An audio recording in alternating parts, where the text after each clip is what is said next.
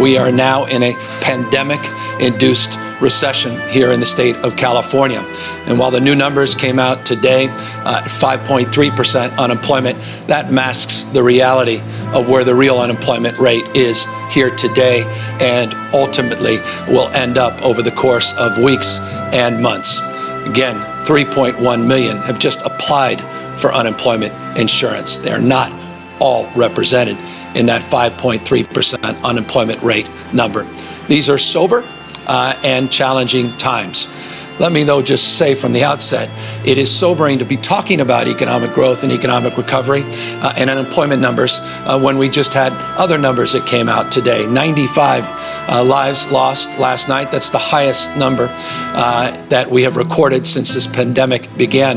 985 human beings, their stories, their lives, their families torn asunder, have lost their lives since the beginning of this pandemic. We are coming close to that 1,000 mark, mark we hoped we would never see. Again, it puts this moment in perspective. We need to continue practicing physical distancing. We need to deeply apply the stay-at-home orders. We are not out of the woods yet. The worst mistake we can make after so much progress in the state of California, bending the curve, making those models moot because of your actions and your extraordinary cooperation in this effort, is to pull back right before we're at a point where we can start toggling back and begin a very thoughtful, phased-in approach to reopening the state of California and ultimately reopening our economy. So I want to frame that as a predicate because I recognize the exuberance some of us have around entering into the conversation, the next phase conversation about economic recovery and economic growth, and a desire to attach dates and deadlines to those strategies. I, of course, am never tempered by dates and deadlines. I only am guided by health and science, real data, and a granular level, bottom up, not top down. I'll remind you, 40 million Californians. We are the most diverse, and we are the largest state in the union. And as a consequence, we need to be very prescriptive in our strategies, very targeted in our strategies and approaches as we begin to sectorally and regionally focus on the issue of economic recovery and economic growth.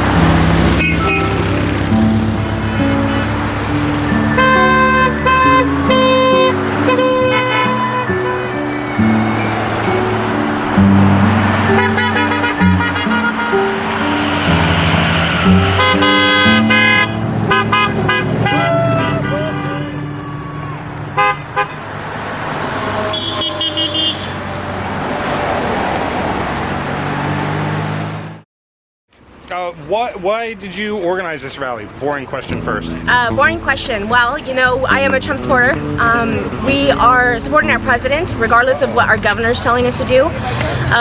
We all here believe, as you can see, we all believe that no matter what, you have freedom of speech, no matter what side you're on. And this is what we're doing. We're expressing our freedom of speech. Sure.